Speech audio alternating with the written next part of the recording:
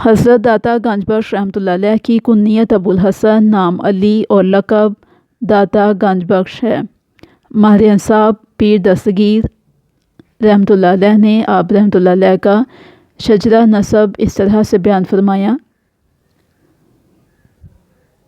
حضرت مخدوم علی بن سید عثمان بن سید عبد الرحمن بن سید عبداللہ بن سید ابوالحسن علی بن سید حسن بن سید زید بن حضرت امام حسن رضی اللہ تعالیٰ عنہ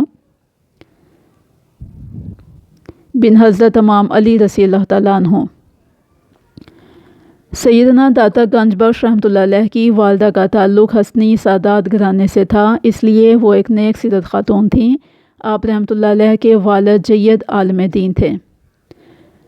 آپ رحمۃ اللہ علیہ 400 ہجری میں غزنی میں پیدا ہوئے۔ غزنی اس وقت علم و معرفت کا مرکز تھا، بڑے بڑے عالم دین وہاں کے عام پذیر تھے۔ غزنی علوم و فنون کا مرکز بھی بن چکا تھا۔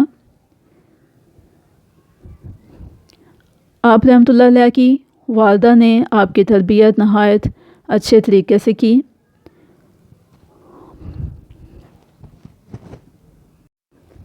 حضرت علی حجویری رحمۃ اللہ علیہ جب خراسان کی طرف روانہ تھے تو راستے میں ایک جگہ خانقاہ کے نچلے کمرے میں قیام کیا۔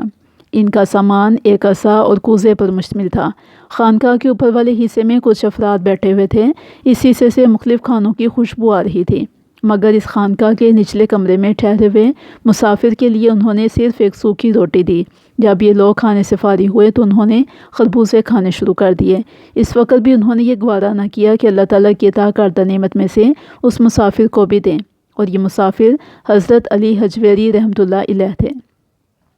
مزید ستم انہوں نے یہ کیا کہ خربوزے کے چھلکے اس مسافر پر پھینکنا شروع کر دیے۔ مسافر نے اس مہمان نوازی کا ہرگز برا نہ مانا اور اللہ تعالیٰ سے دعا کرتے جاتے اور اس بدسلوکی کو برداشت کرتے جاتے۔ ویورز، حضرت علی حجویری رحمۃ اللہ علیہ المعروف داتا گنج بخش رحمۃ اللہ علیہ حضرت ابوالفضل محمد بن حسن سے بیعت تھے۔ ان کا سلسلہ تصوف حضرت جنید بغدادی سے منسلک تھا۔ وہ علم و تفسیر اور روایات کے عالم تھے۔ آپ رحمۃ اللہ علیہ نے ان سے روحانی تعلیم و تربیت اور عرفان حاصل کیا۔ آپ کے استاد 60 سال تک خلقت سے الگ تھلگ گوشہ گیر رہے۔ حضرت داتا گنج بخش رحمۃ اللہ علیہ کو اپنے اساتذہ پیروں سے بے حد انس و محبت تھی۔ آپ کی مشہور زمانہ فارسی تصنیف کشف المحجوب غیر معمولی مقبولیت کی حامل کتاب ہے۔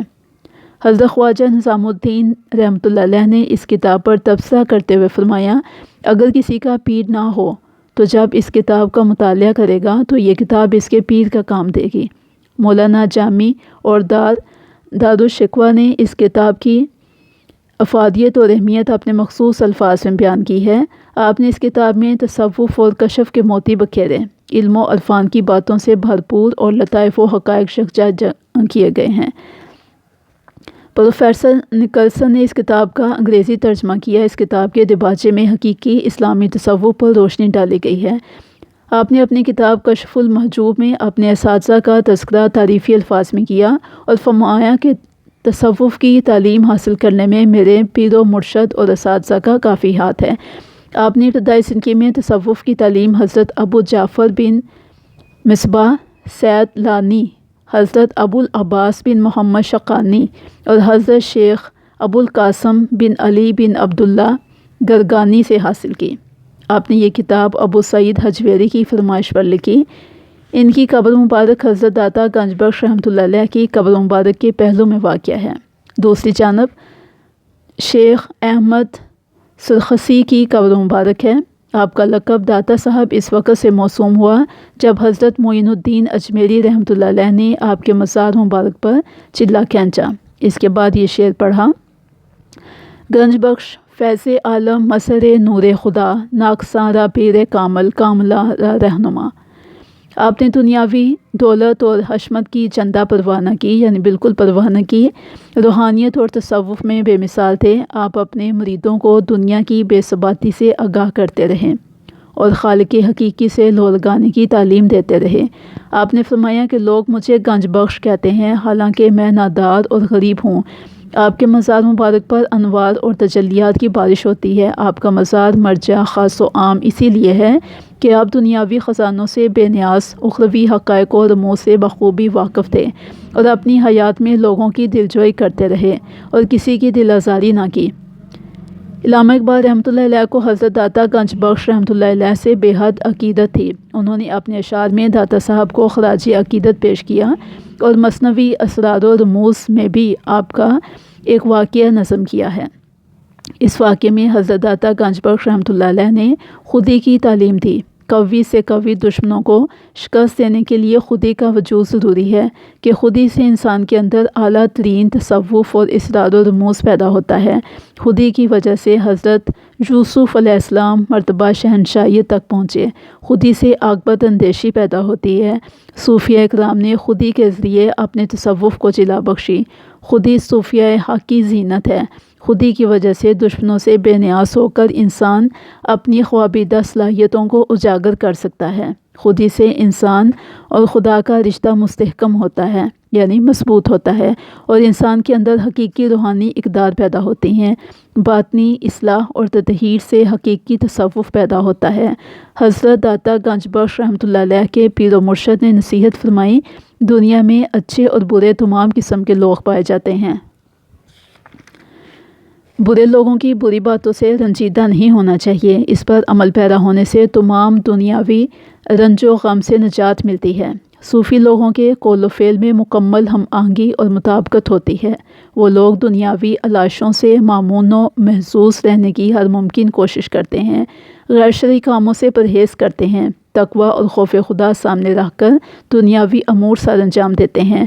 اخروی حقائق کا کشف ان کی صوفیانہ زندگی میں فوقیت کا حامل ہوتا ہے۔ تصوف کے لیے روحانی ترقی ناگزیر ہوتی ہے کہ روحانی استحکام کے لیے آپ فرمایا کرتے تھے، جاہلوں کی باتوں سے درگزر کیا جائے، حاصل کیا ہوا علم ضائع نہ کرو اور اپنے مرشد سے لو لگائے رکھو۔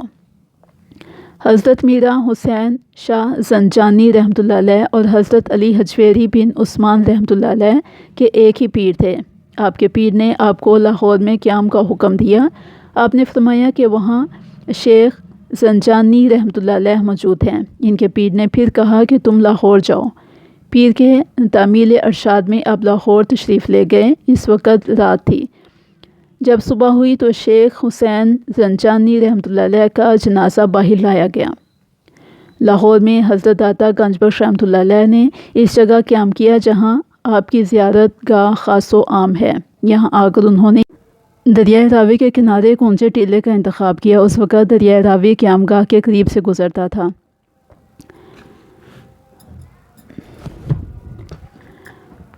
آپ نے یہاں پہ ایک مسجد کی تعمیر کروائی تو محراب کی تعمیر کے وقت لوگوں نے اعتراض کیا کہ محراب کا رخ درست سمت میں نہیں ہے، یعنی اس کا رخ قبلہ کی طرف نہیں ہے۔ مگر جب آپ رحمۃ اللہ علیہ نے مسجد میں نماز پڑھائی تو لوگوں سے فرمایا کہ کیا آپ خانہ کعبہ کی زیارت کرنا چاہتے ہیں؟ تو بحکم الہی مسجد اور خانہ کعبہ کے درمیان سے تمام پردے فاش ہو گئے اور لوگوں نے خانہ کعبہ کی زیارت کی۔ مسجد کا محراب اور خانہ کعبہ بالکل سیدھ میں تھے، یعنی مسجد کا محراب بالکل درست سمت میں تھا۔ یہاں پر مسجد میں آپ باقاعدہ درس دیتے تھے، پھر تصنیف و تالیف میں بھی مشغول ہو گئے۔ آپ کی تعلیم و تدریس کی وجہ سے لاہور علم کا مرکز بن گیا۔ ناقص علم والے با علم ہو گئے، گمراہوں کو شمع ہدایت نصیب ہوئی، کئی لوگ نیک اور پارسا ہو گئے۔ آپ نے جاہل صوفیوں کی تطہیر، باطنی پاکیزگی اور طہارت کی شناسائی عطا کی۔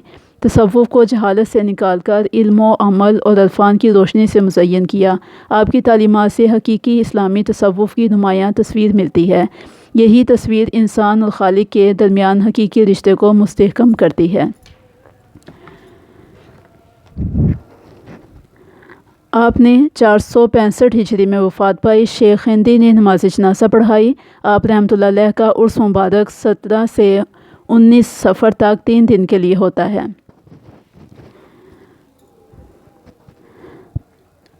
آپ کا روزہ ناصر الدین مسعود کے بیٹے ظہیر الدین دولہ نے تعمیر کروایا اور خانقاہ کا فرش اور دیوری جلال الدین اکبر بادشاہ نے 1555 سے 1605 کے درمیان تعمیر کیا۔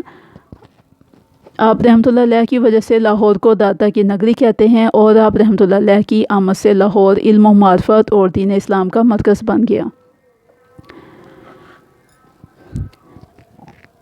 آپ رحمۃ اللہ علیہ کے دربار کے مینار ترکی فن تعمیر کی عکاسی کرتے ہیں۔ جی ویورز، یہ ویڈیو اگر آپ کو پسند آئے تو لائک ضرور کیجیے گا اور سبسکرائب کرنا نہ بھولیے۔ دعا میں یاد رکھیے۔ بہت شکریہ۔ اللہ حافظ۔